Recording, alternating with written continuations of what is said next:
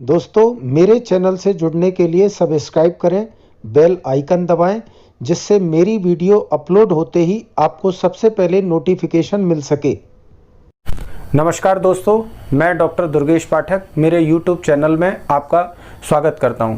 दोस्तों, जैसा कि लास्ट वीडियो में मैंने आपको प्रॉमिस किया था कि नेक्स्ट वीडियो मैं आपको ओफिडिया ग्रुप पे दूंगा, तो आइए दोस्तों, आज हम बात करते हैं ओफिडिया ग्रुप मेडिसिन्स की। ओफिडिया ग्रुप मेडिसिन्स क्या, ओफिडिया ग्रुप के अंदर वो मेडिसिन्स आते हैं जो कि स्नेक वेनम से तैयार होती हैं, इसलिए हम उनको ओफिडिया ग्रुप कहते हैं। इट मीन्स ओफिडिया ग्रुप का मतलब है वो दवाइयाँ जो कि स्नेक वेनम से बन रही हैं। अब इनमें वो कौन कौन सी दवाइयाँ आती हैं, पहले हम उनकी बात करते हैं। तो सबसे पहले Naja, second remedies Lachesis, third remedies Elaps cor, fourth remedy Crotalus horridus, fifth remedy Bothrops, sixth remedy Vipera. यहां पर मैं आपको ये 6 मेडिसिन्स इस ग्रुप के अंदर मेमोराइज कराऊंगा और कंपेयर कराऊंगा।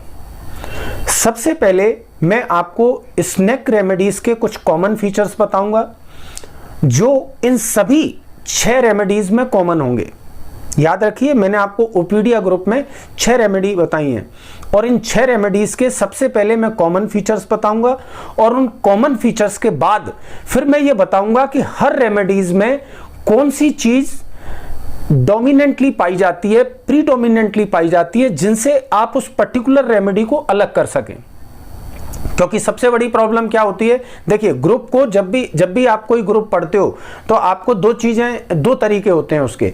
सबसे पहले आप किसी भी ग्रुप के कॉमन फीचर्स को याद करिए, फिर उस ग्रुप में पाई जाने वाली जितनी भी मेडिसिन्स हैं वो और मेडिसिन्स और ग्रुप की और मेडिसिन से कैसे डिफरेंशिएट होती हैं, ये भी उतना ही जानना जरूरी है।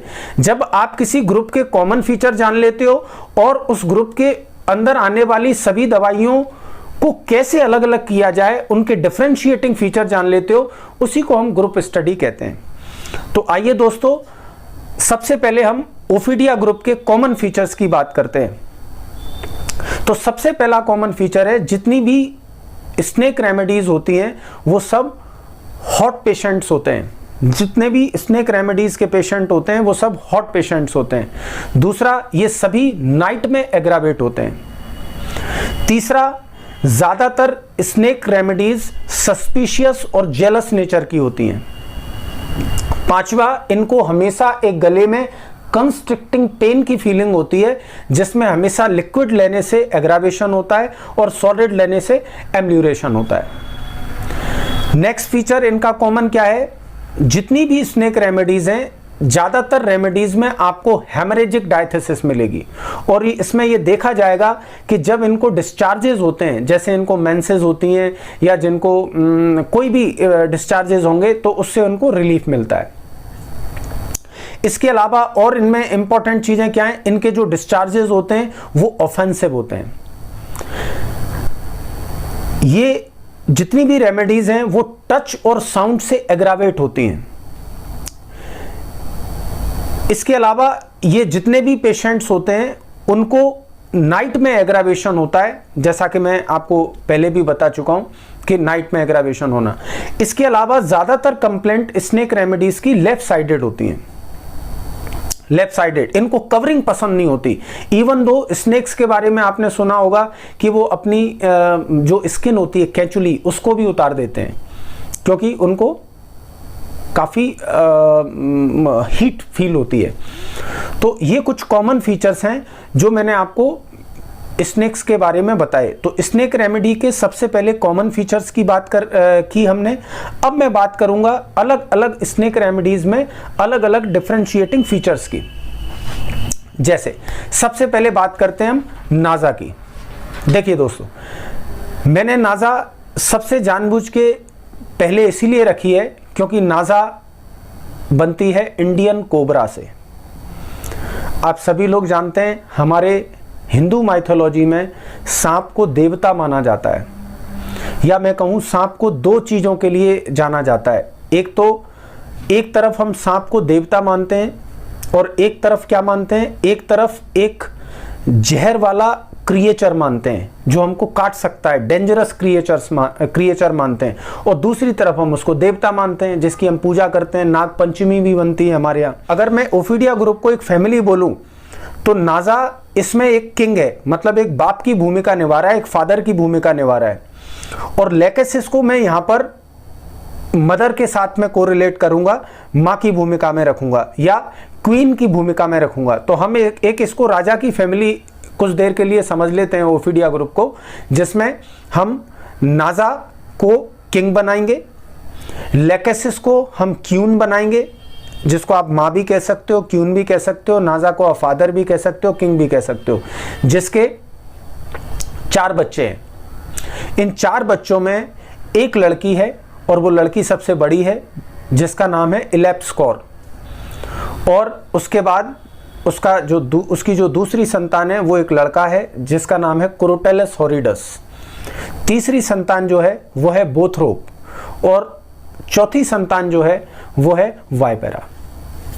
ठीक है, तो एक किंग हो गया नाजा, एक क्वीन हो गई लेकेसिस, एक राजकुमारी हो गई जिसको हमने बोला इलेप्सकॉर, और 3 राजकुमार हैं क्रोटेलस हॉरिडस, वाइपेरा, बोथरोप। तो सबसे पहले नाजा। दोस्तों, जैसा कि मैंने अभी अभी आपको बताया, नाजा हमारे हिंदू माइथोलॉजी में 2 तरीके से जाना जाता है। एक तो उसको देवता माना जाता है और दूसरा एक काटने वाला पॉइजनस क्रिएचर माना जाता है। इसी वजह से अगर आप नाजा की प्रूविंग देखें तो नाजा की प्रूविंग में आपको यह मिलेगा कि जो भी नाजा के पेशेंट्स होते हैं उनमें 2 विल्स होती हैं। 2 विल्स का क्या मतलब होता है? 2 विल्स का मतलब होता है एक तरफ नाजा का पेशेंट ड्यूटी कॉन्शियस होता है, एक तरफ नाजा का पेशेंट रिस्पॉन्सिबल होता है, दयावान होता है, दूसरों के लिए सोचता है, और उसको यह पता होता है कि मुझे क्या करना चाहिए और क्या नहीं करना चाहिए, क्या सही है। एक तरफ उसको यह फीलिंग होती है कि लोगों ने मेरे को ह्यूमिलिएट किया है, मुझे लोगों ने सही तरीके से ट्रीट नहीं किया है, मुझे लोगों ने परेशानी पहुंचाई है, इसलिए मुझे उनसे बदला लेना है। देखिए, कहीं ना कहीं ये एनिमल ग्रुप है, तो कहीं ना कहीं एक बदला लेने वाली भावना तो जरूर आने वाली है सब में। लेकिन इंडियन कोबरा एक तरफ दयावान भी है, दूसरों के बारे में अच्छा भी सोचता है, ड्यूटीफुल भी है, अपनी रिस्पॉन्सिबिलिटी को समझता है, और दूसरी तरफ जब उसको ये फीलिंग होती है कि लोगों ने मेरे साथ ठीक नहीं किया तो वो छोड़ता नहीं है। तो अगर मैं आपको हिंदी जो बॉलीवुड मूवीज होती हैं, अगर मैं उससे इसको आपको याद कराना चाहूं तो आप देख लेना, आप इंडियन जितनी भी मूवीज हैं उनमें नाग का कैरेक्टर कैसा होता है, जो मेल सांप होता है उसका कैरेक्टर कैसा होता है। ज्यादातर सांप को कैसा दिखाया जाता है? सांप को दयावान दिखाया जाता है। जो उसके लोग होते हैं उनको वो कभी काटता नहीं है, कभी डराता नहीं है, ठीक है, बल्कि उनको लोगों से बचाता है। जो उनके दुश्मन होते हैं उनको वो आइडेंटिफाई करता है और अपने मालिकों को, जो उसको पालते हैं, उनको बचाता है, क्योंकि वो ड्यूटीफुल है। तो इंडियन कोबरा जिससे नाजा बनती है, नाजा पेशेंट हमेशा ड्यूटीफुल होता है, और जो उससे रिलेटेड होते हैं, जिन्हें वो प्यार करता है, उनके लिए बड़ा रिस्पॉन्सिबल होता है। लेकिन दूसरी तरफ जो उसके परिवार वालों को परेशान करते हैं, जो उसके मालिकों को परेशान करते हैं, उनको वो छोड़ते नहीं है। अपन यही देखते हैं कि नहीं, मूवी में, आधी मूवी में वो अपने मालिक के लिए बड़ा वफादार दिखाया जाता है, जो नाग होता है इंडियन कोबरा, और आधी मूवी में बताया जाता है कि वो अपने मालिक के दुश्मनों से कैसे रिवेंज लेता है। तो अगर आप जब भी क्लिनिक पर किसी पेशेंट में स्नेक फीचर्स देखें, स्नेक्स के जो मैंने आपको कॉमन फीचर्स बताए, वो अगर किसी पेशेंट में मिलते हैं, साथ साथ में अगर वो एक ड्यूटी कॉन्शियस या एक रिस्पॉन्सिबल पर्सनालिटी भी है, तो आप उसके लिए नाजा सोच सकते हैं। ठीक है, तो ये तो हो गया नाजा के बारे में।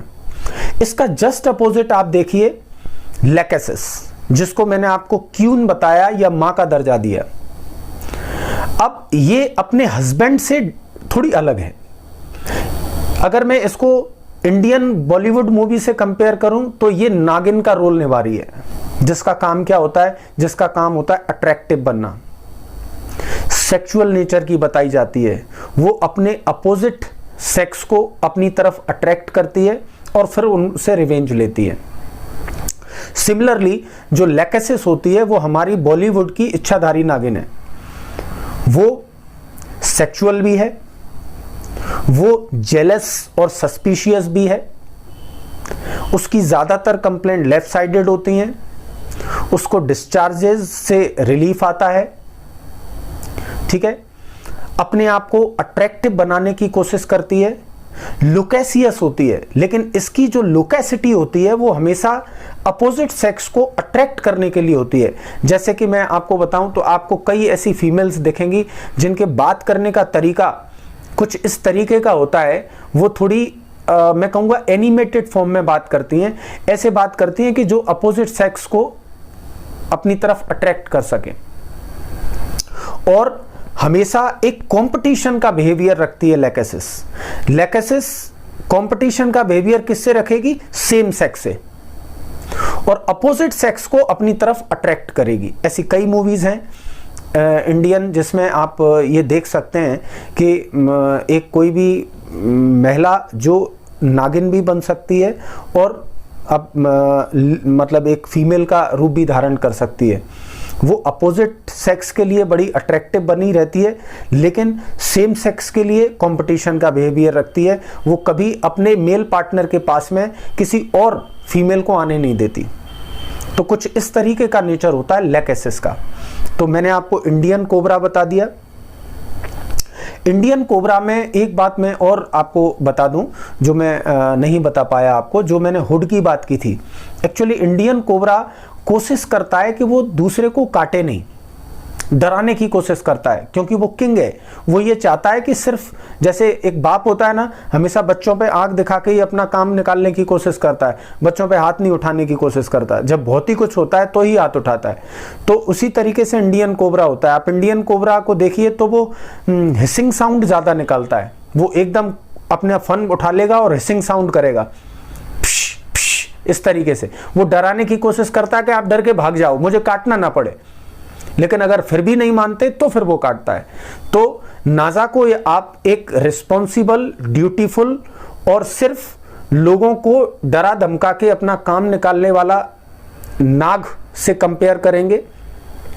लैकेसिस को आप उसका just opposite attractive, sexual nature, competitive nature और सेम सेक्स के लिए कॉम्पिटिटिव नेचर और अपोजिट सेक्स के लिए अट्रैक्टिव नेचर की तरह आप याद रखेंगे लैकेसिस को।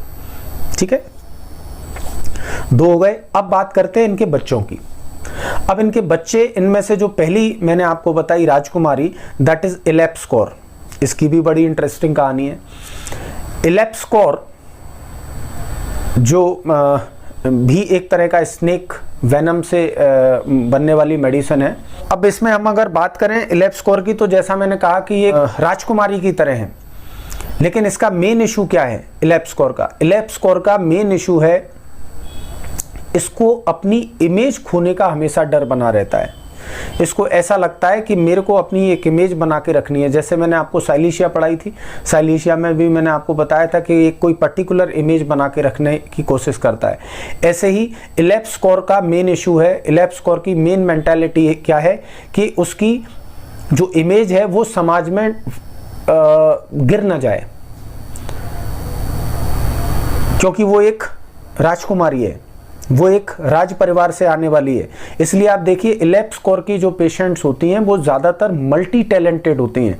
उनको कुकिंग भी बहुत अच्छी आती है, उनको आर्टिस्टिक काम भी बहुत अच्छा आता है, वो एजुकेशन में भी अच्छी होती हैं। जैसा कि आप देखते हो एक बड़े घर की जो लोग होते हैं वो ज़्यादातर बहुत ज़्यादा एजुकेटेड और 50 तरह की उनको एक्टिविटीज़ आती हैं।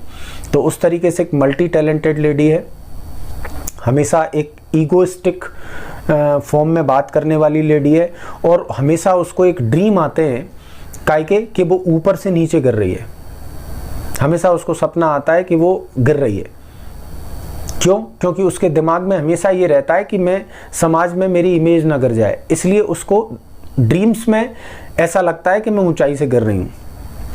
इसके अलावा इलेप्सकॉर हार्ट बर्न के लिए बहुत अच्छी दवाई है, जिसमें उसको सीने में जलन होती है और हमेशा ठंडा लेने से रिलीफ आता है। इसमें एक कैरेक्टरिस्टिक फीचर भी है इलेप्सकॉर में कि जब वो कुछ ठंडा पीती है तो उसको उस ठंडे ड्रिंक की एहसास होती है कि वो नीचे तक जा रहा है, ये भी एक पर्टिकुलर सेंसेशन है। इसके अलावा इलेप्सकॉर के कुछ और फिजिकल सिम्टम्स हैं जो डिसाइडिंग फीचर होते हैं जब अपन इलेप्सकॉर प्रिस्क्राइब करते हैं, जैसे लस्सी की डिज़ायर। इस पेशेंट को लस्सी पीने की बहुत डिज़ायर होती है, सलाद की बहुत डिज़ायर होती है, ऑरेंजेस की बहुत डिज़ायर होती है, और बनाना को लेकर भी एक इसका कैरेक्टरिस्टिक रिएक्शन है, या तो इसको बहुत ज़्यादा बनानास की डिज़ायर होती है या बनानास का एवर्जन होता है। तो दोस्तों ये है इलेप्सकॉर, मतलब राजकुमारी। मतलब ये इसको बड़ी मैंने क्यों रखा है, क्योंकि ये फिर भी समझदार है। अभी हम जब और 3 राजकुमार की बात करेंगे तब आप इस बात को समझेंगे। अब मैं बात करूंगा क्रोटेलस हॉरिडस की।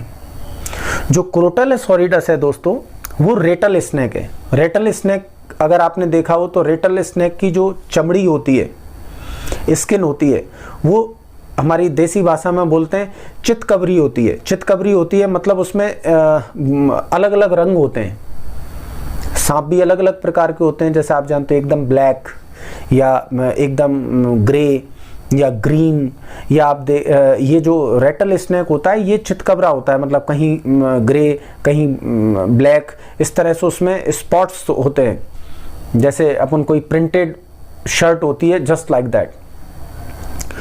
तो चूंकि इसकी स्किन प्रिंटेड जैसी लगती है, कई कलर्ड की होती है, इसलिए आप देखिए क्रोटेलस हॉरिडस का जो मेन फीचर है वो है कि ये ब्लड को बहुत ज़्यादा थिन बना देता है। इसकी एक क्वालिटी होती है कि ये ब्लड को पतला कर देता है, और पतला ब्लड जब कोagulate नहीं होता तो हमारी स्किन के नीचे जम जाता है, और जब स्किन के नीचे जम जाता है तो जो क्रोटेलस हॉरिडस के जो पेशेंट होते हैं उनकी स्किन पर कई सारे दाग पड़ जाते हैं, जिसको आप मॉटल्ड स्किन कह सकते हो, स्पॉटी स्किन कह सकते हो। तो it's a very good remedy for purpura haemorrhagica. मतलब जब आपकी स्किन के नीचे सबकुटेनियस हेमरेजेस हो जाते हैं और उसमें आपकी स्किन रेटल स्नेक जैसी हो जाती है, तब आप इस रेमेडी को सोचना चाहिए। इसका जो खास फीचर है क्रोटेलस हॉरिडस का कि वो ब्लड को पतला कर देता है, इतना पतला कर देता है कि इसमें एक फीचर है जिसमें आपको लिखा रहता है sweaty bloody sweat. Bloody sweat मतलब खूनी पसीना, मतलब इसमें पसीना तक ब्लडी आता है। अब ये बात को समझना बहुत ज़रूरी है। जब भी मैं अपने स्टूडेंट्स को पढ़ाता हूं तो हमेशा ये उनका एक सवाल होता है और वो बड़े कंफ्यूज हो जाते हैं कि ये ब्लडी स्वेट कैसा होता है, क्या पसीने में खून आएगा? नहीं दोस्तों, ब्लडी स्वेट का मतलब होता है कि क्रोटेलस हॉरिडस का पसीना निकलने के बाद जब कपड़े पर सूखता है तो उसका कलर रेडिश होता है, ऐसा लगता है जैसे खून लग गया हो कपड़े पर, सूखा हुआ खून। तो जो क्रोटेलस हॉरिडस का जो पसीना होता है वो कपड़ों पर सूखने के बाद ऐसे लगता है जैसे खून का दाग हो, इसलिए उसको ब्लडी स्वेट कहते हैं। तो एक तो क्रोटेलस हॉरिडस का पेशेंट ब्लडी स्वेट के लिए जाना जाता है, दूसरा वो परप्यूरा हेमरेजिका और मॉटल्ड स्किन के लिए जाना जाता है। तीसरा फीचर इसका दूसरों से अलग क्या है कि ये राइट साइडेड रेमेडी है, जबकि ज्यादातर स्नेक रेमेडीज लेफ्ट साइडेड होती हैं। चौथा, ये लो सेप्टिक फीवर या जिसको अपन सेप्टिसीमिया कहते हैं, सेप्टिसीमिक शॉक कहते हैं, उसमें बहुत अच्छा काम आता है क्रोटेलस हॉरिडस।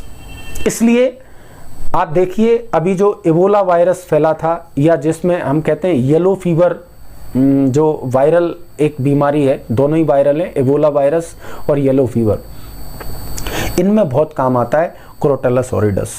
क्योंकि इबोला वायरस जब आप पढ़ेंगे तो उसकी पैथोजेनेसिस या उसके जो डिजीज सिम्टम होते हैं वो क्रोटेलस हॉरिडस से बहुत मिलते हैं। क्रोटेलस हॉरिडस एक जॉइंडिस के लिए भी बहुत अच्छी दवाई है, लेकिन इसकी जॉइंडिस हेपेटिक जॉइंडिस नहीं होती है दोस्तों, इसकी जो जॉइंडिस होती है वो हीमोलाइटिक जॉइंडिस होती है। तो अगर आप क्रोटेलस हॉरिडस में कुछ भी याद आपको नहीं रहे तो बस एक बात याद रखिए कि इसकी जो कैपेसिटी होती है, कैपेबिलिटी होती है, वो ब्लड को तोड़ने की होती है। मतलब ये ब्लड को पतला कर देता है, इसी वजह से इसका पसीना भी ब्लडी आता है, इसीलिए इसको हीमोलाइटिक जॉन्डिस होती है और इसीलिए इसको सबकुटेनियस हेमरेजेस होते हैं, मोटल्ड स्किन होती है। इसके अलावा ये राइट साइडेड होता है। तो ये कुछ फीचर्स हैं क्रॉटेलस ओरिडस की। अगर मैं बोथरोप की बात करूं तो बोथरोप भी एक राइट साइडेड स्नेक रेमेडी है, लेकिन इसका औरों से जो अलग फीचर है वो क्या है, ये खून को पतला नहीं करता। बोथरोप की क्वालिटी होती है ये खून को जमा देता है, कोगुलेट करता है, इट कोगुलेट्स द ब्लड। और जब ब्लड कोगुलेट होता है दोस्तों तो क्या होता है, जब हमारे सर्कुलेशन में ब्लड कोगुलेट होता है तो थ्रोम्बोसिस होती है, एम्बोलिज्म होता है। तो it's a very good remedy for those troubles which are caused by thrombosis and embolism. जैसे आपको अगर हार्ट अटैक कोरोनरी थ्रोम्बाई से हुआ है, कोरोनरी एम्बोलिज्म से हुआ है, या आपको ब्रेन में जो आपकी सेरिब्रल आर्टरीज हैं उनमें कोई खून का थक्का जम गया है, उसकी वजह से आपका ब्रेन इन्फाक्ट हो गया है, आप पैरालाइज्ड हो गए हैं, ऐसी कंडीशन में बोथरोप बहुत अच्छी रेमेडी है। तो बोथरोप जहां क्रॉटेलस ओरिडस ब्लड को पतला कर रही है, वहीं बोथरोप ब्लड को ज्यादा कोएगुलेबल बना रहा है। ये कैरेक्टर है बोथरोप का। अब हम बात करते हैं ओफिडिया ग्रुप के लास्ट फैमिली मेंबर की, दैट इज वाइपेरा। अब वाइपेरा क्या है? वाइपेरा दोस्तों एक ऐसा स्नेक वेनम है जो आपकी वेन्स पर ज्यादा एक्ट करता है, वेन्स पर, स्पेशली वेन्स। अब ये वेन्स पर एक्ट करके क्या करता है, ये वेन्स पर एक्ट करके उनमें कंजेशन प्रोड्यूस करता है। इसका मतलब एक तो ये फ्लेवाइटिस के लिए बहुत अच्छी रेमेडी है, मतलब इन्फ्लामेशन ऑफ द वेन। इसके अलावा ये वेरिकोज वेन्स के लिए बहुत अच्छी रेमेडी है। वेरिकोज वेन आप समझते हैं, डायलेटेड कंजस्टेड वेन्स को हम वेरिकोज वेन्स कहते हैं। इसके अलावा ये डीबीटी के लिए बहुत अच्छी रेमेडी होती है। डीबीटी मतलब जब आपकी वेन में थ्रोम्बाई बन जाता है, जिसकी वजह से दो क्लिनिकल प्रॉब्लम्स होती हैं आपको, एक फ्लगमेसिया एल्बाडोलेंस और एक फ्लगमेसिया सेरुलिया डोलेंस, जिसके कॉमन नेम है मिल्की लेग और ब्लू लेग। ये दोनों ही वेन से रिलेटेड डिसऑर्डर होते हैं और जिसमें आपका जो पैर होता है या जो अफेक्टेड लिम्ब होता है वो सूज जाता है और फुल ऑफ ब्लड हो जाता है।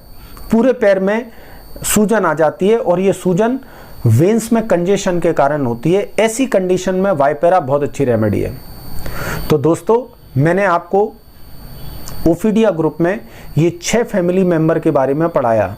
नाजा जो कि एक बहुत ही रिस्पॉन्सिबल और दयावान व्यक्ति है, पर ज़रूरत पड़ने पर वो अपने दुश्मनों से रिवेंज भी ले सकता है, मतलब इसमें टू विल है और ये किंग की तरह काम कर रहा है। अब मैं इसको समराइज कर रहा हूँ वीडियो को। लेकेसिस एक अट्रैक्टिव लेडी की तरह काम कर रही है, सेक्सुअल नेचर की लेडी है, जिसका काम क्या है, पूरी जिंदगी अपोजिट सेक्स को अपनी तरफ अट्रैक्ट करना और सेम सेक्स के साथ में कॉम्पिटिटिव बिहेवियर रखना। इसके अलावा ये लेफ्ट साइडेड होती है लैकेसिस। अगर मैं इलेप्स स्कोर की बात करूं तो इलेप्स स्कोर में आधे कैरेक्टर अपने पिताजी के आए हैं, आधे कैरेक्टर अपनी माताजी के आए हैं।